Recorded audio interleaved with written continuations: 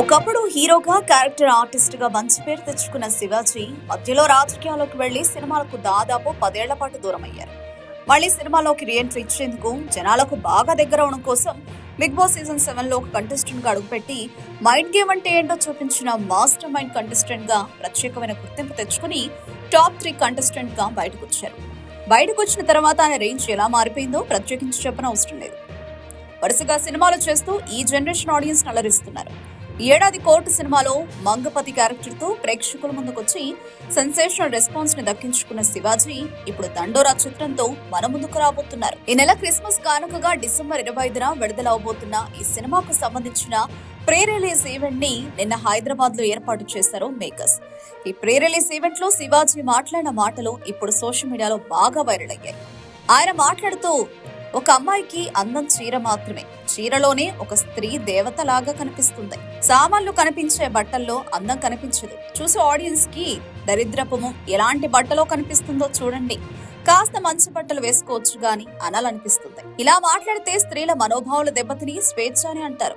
స్త్రీ అంటే ప్రకృతితో సమానం, ఎంత అందంగా ఉంటే అంత గౌరవం పెరుగుతుంది అంటూ శివాజీ మాట్లాడిన మాటలు ఇప్పుడు వివాదాలకు దారితీస్తున్నాయి.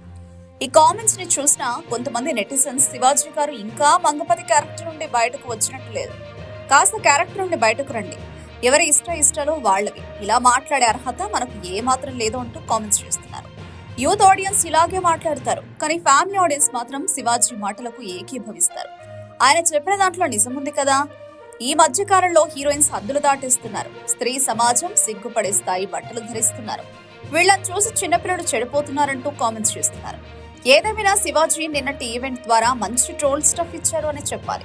దండోరా చిత్రానికి కావాల్సినంత పబ్లిసిటీని కూడా ఈ ప్రసంగం తెచ్చిపెట్టేలా కనిపిస్తోంది. దయచేసి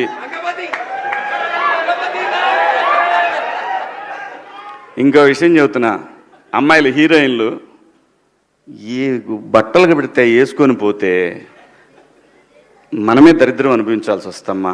ఏమనుకోవద్దు, హీరోయిన్లు అందరూ మీరు అనుకున్నా నాకు పోయేది లేదు, లాగి పీకుతాం మనం, అది వేరే విషయం. కానీ మీ అందం చీరలోనో మీ అందం నిండుగా కప్పుకునే బట్టల్లోనే ఉంటుంది తప్పితే సామాను కనపడే దాంట్లో ఏముండదమ్మా.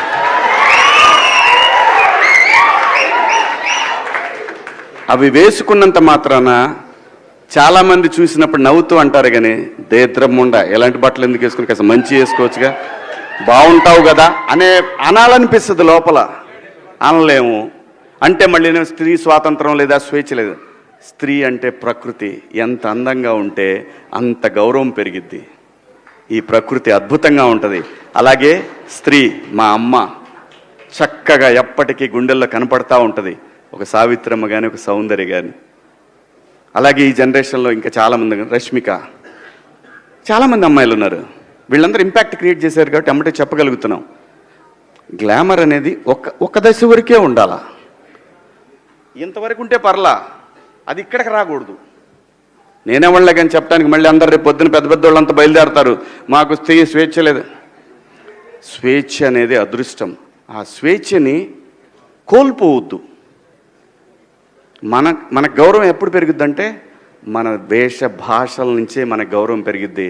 అందులో ప్రపంచ వేదికల మీదైనా సరే చీర కట్టుకున్న వాళ్ళకే విశ్వసుందర కిరీటాలు వచ్చినాయి. Thank you so much.